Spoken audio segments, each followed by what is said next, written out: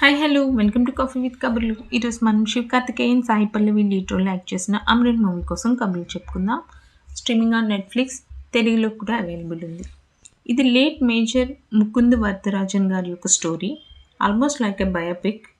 Real story కాబట్టి ఇందులో అతన్ని కాలేజ్ లవ్ స్టోరీ, ఆర్మీలో ఎలా జాయిన్ అయ్యారు, కెప్టెన్ అయ్యాక చేసిన ఆపరేషన్స్, మేజర్గా ఉండేటప్పుడు చేసిన ఆపరేషన్స్ అండ్ లాస్ట్ మిషన్ ఇలా చూపిస్తూ ఉంటారు. కాశ్మీర్లో జరిగే ఆర్మీ వార్ సీన్స్తో పాటు ఫ్యామిలీ సీన్స్ కూడా ప్యారలల్గా చూపిస్తూ ఉంటారు. ఈ స్టోరీ మనకి తన వైఫ్ నరేట్ చేస్తూ ఉంటారు, అంటే వాళ్ళ హస్బెండ్ యొక్క స్టోరీ మనకి చూపిస్తూ ఉంటారనమాట. సో దట్ టు బయోపిక్ కాబట్టి చాలా న్యాచురల్గా ఉంచేశారు. మరి సినిమాటిక్ లిబర్టీ తీసుకుని కమర్షియల్గా పెద్ద పెద్ద ఆపరేషన్స్, లైక్ ఇంతకుముందు చాలా వరకు మనకి ఆర్మీ బ్యాక్డ్రాప్లో చాలా మూవీస్ వచ్చాయి.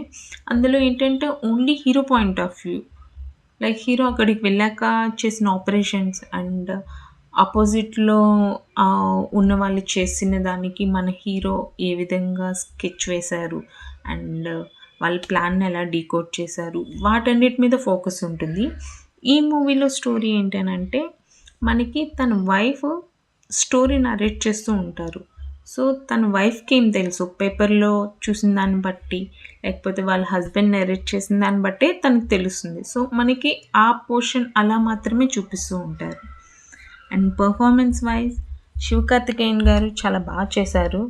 లైక్ ఆయన తన బాడీ ఆర్ ఫేస్ని అన్నీ చేంజ్ చేసుకున్నారు కూడా, కాలేజ్లో ఉండేటప్పుడు కులానా అండ్ ఆర్మీలో జాయిన్ అయ్యాక అలా ఇవన్నీ. యాక్టింగ్ కూడా చాలా బాగా పర్ఫార్మెన్స్ చేశారు.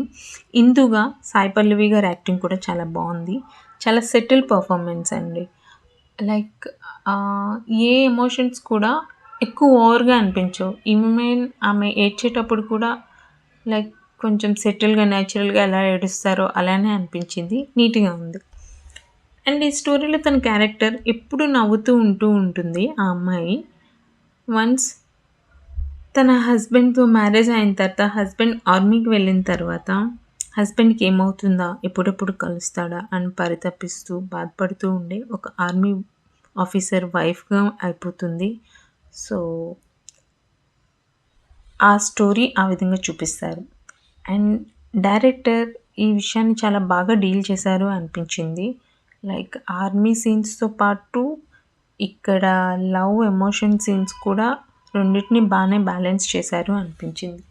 మ్యూజిక్ కూడా చాలా బాగుంది. అండ్ జీవి ప్రకాష్ గారి బీజిఎం కూడా బాగుంది. సాంగ్స్ బాగున్నాయి. ఫస్ట్ హాఫ్ అంతా మనకి love track and family scenes, తన ఆర్మీలో జాయిన్ అయ్యే సీన్స్, క్యారెక్టర్స్ ఇంట్రడక్షన్ ఇలా చూపించారు. Second half full action and emotional ఉంటుంది.